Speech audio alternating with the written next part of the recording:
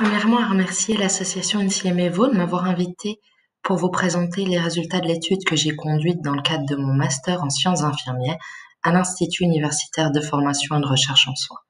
Ce projet a été développé en partenariat avec Madame Ariane Bernier-Hemsch sous la direction de Madame la docteure Béatrice Perrin.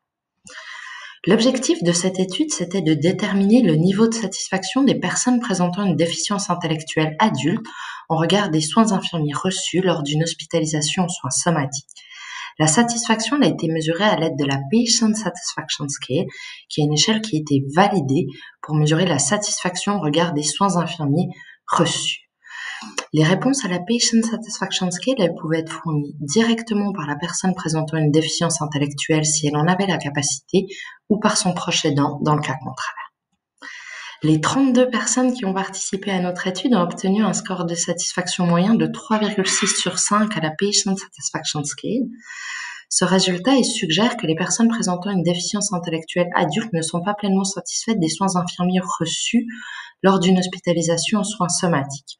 Si on cherche à comparer la satisfaction hospitalière des personnes présentant une déficience intellectuelle à celle de la population générale suisse, on voit aussi que les personnes présentant une déficience intellectuelle tendent à être moins satisfaites des soins reçus que le reste de la population. Si je vous présente maintenant brièvement les recommandations qu'on peut émettre pour la pratique et pour l'éducation à la suite de ce projet de recherche, une piste qui serait intéressante pour suivre, c'est que les hôpitaux mettent en place des infirmières de liaison spécialisées dans la déficience intellectuelle. Un tel programme d'accompagnement a été développé aux hôpitaux universitaires de Genève et on constate que les personnes présentant une déficience intellectuelle qui sont hospitalisées à Genève tendent à être plus satisfaites des soins reçus que les personnes qui ont participé à notre étude. Il serait également intéressant de développer une formation théorico-pratique pour renforcer les connaissances et les compétences des soignants qui leur permettraient de mieux accompagner cette patientèle lorsqu'elle est hospitalisée. Il serait également intéressant d'intégrer des connaissances relatives à la déficience intellectuelle et à sa prise en soin dans l'ensemble des programmes de formation de base des professionnels de la santé.